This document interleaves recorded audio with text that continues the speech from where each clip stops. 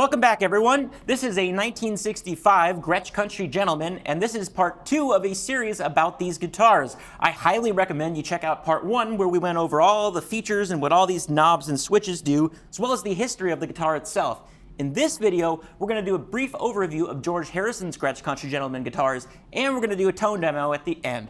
So, let's get started.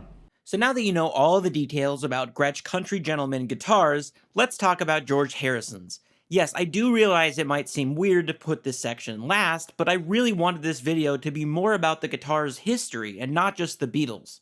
When it comes to George's Gretsch Country Gentleman's, it's actually kind of a short story. Starting with his first, it's hard to pinpoint the exact date that he acquired it, but I believe the first time that it appears in photos is May 21st, 1963, while recording for the BBC. According to Andy Babuke, Harrison acquired this guitar from the popular London music store, Sound City, and yes, it was very expensive, close to $10,000 in today's money.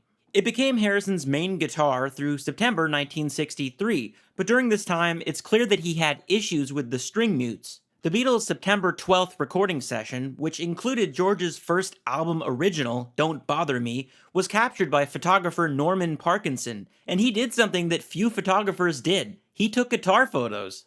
You can actually see in this close-up that Harrison has already removed the actual mute pads themselves, revealing the two holes and the posts where they screw onto. The Beatles played their now famous Royal Variety performance on November 4th, and George's Gent was now missing the top mute, leaving an empty hole, as I showed earlier. Apparently, Sound City employee Bob Adams actually went to the theater and hand-delivered George's second Country Gentleman. The original's whereabouts are sort of a mystery. The story goes that it was taken back to the Sound City shop for repairs and planned to be sold eventually for charity, but the story sort of becomes hazy after this.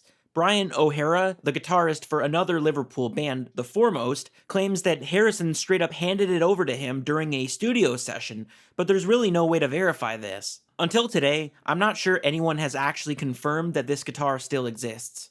Alright, I have to do a quick edit here. So, I was finishing up this video, but there was something that just wasn't adding up to me. So, remember Bob Adams, the Sound City guy that apparently hand-delivered the second Country Gentleman to the Prince of Wales Theatre?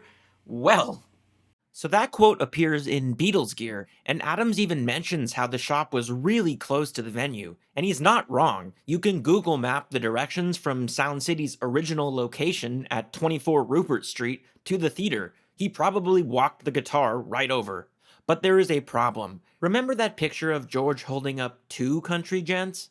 Well, in the May 1964 issue of Beat Instrumental, the reports kind of make it sound like the first Gent was unplayable at that time, and the second had to be rushed over ASAP. I guess I assumed that the guitars were just swapped out on the spot. This simply cannot be true, though. I asked my photo expert friend Marcello if he'd seen any other photos with two Country Gents, and as it turns out, there's a bunch. The Royal Variety show at the Prince of Wales Theatre was on November 4th, and Harrison still had this guitar 2 days later because we can still see it in photos.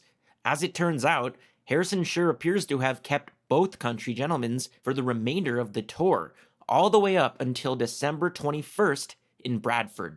I'd actually say he kept it the following day in the Liverpool show. Unfortunately, there's no photos of the performance, but if I were to guess, I'd say Harrison kept two Country Gentlemans until around December 24th. And I say this date because at this point, they were back in London for their Christmas shows, again, just a few miles from Sound City. I'd say this is where the stories probably get a little confused, because Harrison probably did swap out Gent number 1 at this time, but for a different Gretsch, the Tennessean.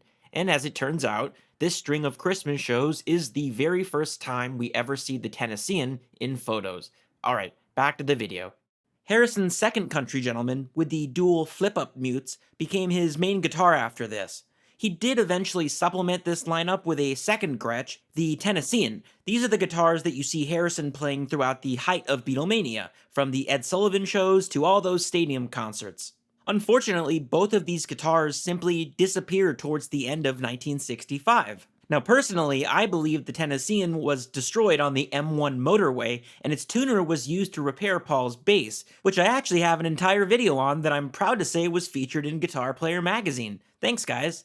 The Country Gentleman, however, is a complete mystery to me. I honestly have no idea what happened to it. As far as I can tell, it never even made it back from the US tour. He definitely still had it after Shea Stadium, and he can be spotted clearly playing it towards the end of the tour, at the August 22nd Portland show, and in this grainy footage from the August 28th San Diego show. I'm pretty sure I can see him playing a double-bound guitar here, which would be the Country Gentleman. After this, though, I can't find anything. He played the Tennessean for the rest of the tour, Hollywood Bowl, and San Francisco, so based on the photo evidence, I honestly can't even say that George's second Country Gentleman made it home with him.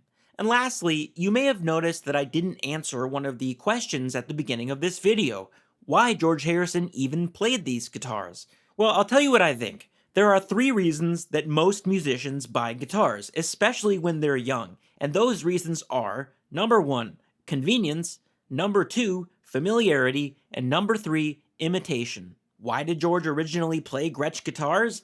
No, it wasn't because of their unique tone or country western vibes. As much as Gretsch fans may hate to hear this, George only started playing these guitars as a second choice. You see, as many Beatles fans know, George's first Gretsch was a used 1957 Duo Jet that he acquired in 1961. But what you might not know is that this was only a backup purchase. He really wanted a Fender Stratocaster. Check out this absolutely fantastic quote from George Harrison himself.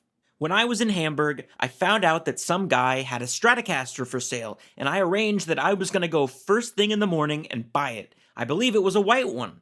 The guitar player in Rory Storm and the Hurricanes found out about it too, and he got up earlier and went and bought it. By the time I got there, it had gone. I was so disappointed it scarred me for life, that experience. I think after that happened, I got my Gretsch. It was a denial kind of thing. When the model you want isn't available, you go with the more convenient option, which is what George did. He wanted an American guitar, and he got one. It just wasn't his first choice. Now, why did George keep playing Gretsch guitars? Well, familiarity, and again, convenience. By the time Harrison acquired his first Country Gentleman in 1963, George already had a connection with the brand at that point, and Sound City had a full line of Gretsch guitars in stock for him to choose from. And third, imitation. People tend to buy guitars that other musicians they like also play. Now, I would never do this personally, I don't see the point in it. But George was a well-known fan of Chet Atkins and his guitar picking style, and he even incorporated some of that Nashville vibe into his own guitar solos. Unfortunately, only his first Gretsch, the Duo Jet, is the one that he ended up keeping. I get it though, this guitar probably had the most sentimental value to him, and he was even pictured playing it on his 1987 album, Cloud 9. One last thing I do have to mention for all the Beatle nerds who will be annoyed if I don't, the other Gretsch that rarely pops up in Beatles lore is this one. Although it sort of looks like an orange Country Gentleman, this is actually a 6120 Nashville in the later style that had the thinner bodies and double cutaways. And you know exactly what I'm talking about now. See, aren't you glad we did all that work earlier? This guitar was reportedly owned by John Lennon, and he actually ended up giving it away to his cousin, and I believe it was later sold at auction to a private collector. It's impossible to say whether it was actually used on a Beatles track, but if it was, it would have been during this session, which was Paperback Writer. Okay, we're not done yet, but if you could like and subscribe, it would mean a lot to me. And once again, I gotta give a shout out to Ed for these books. They are really great, and I wouldn't say it if I didn't actually think so. I mean, I've been doing this for like 10 years, and I don't have a sponsor, and I've never done an ad for a grocery delivery app or a stupid VPN. In all honesty though, the only time you'll ever hear me say this video is sponsored by is if one of these manufacturers actually sends me a guitar to review. And despite the fact that I've been doing what are basically free 30-minute commercials for years now and consistently appear on the top search results for their models, I haven't heard anything yet, so I'm not holding my breath. Let me put it this way, if you hear something from me, you can trust that I am not being paid to say it. Alright, on to the tone demo. And by the way, I'm actually using round wound strings for this tone demo. I don't want to hear any shit in the comments because you know what? My dad likes round wound strings, so I like them too.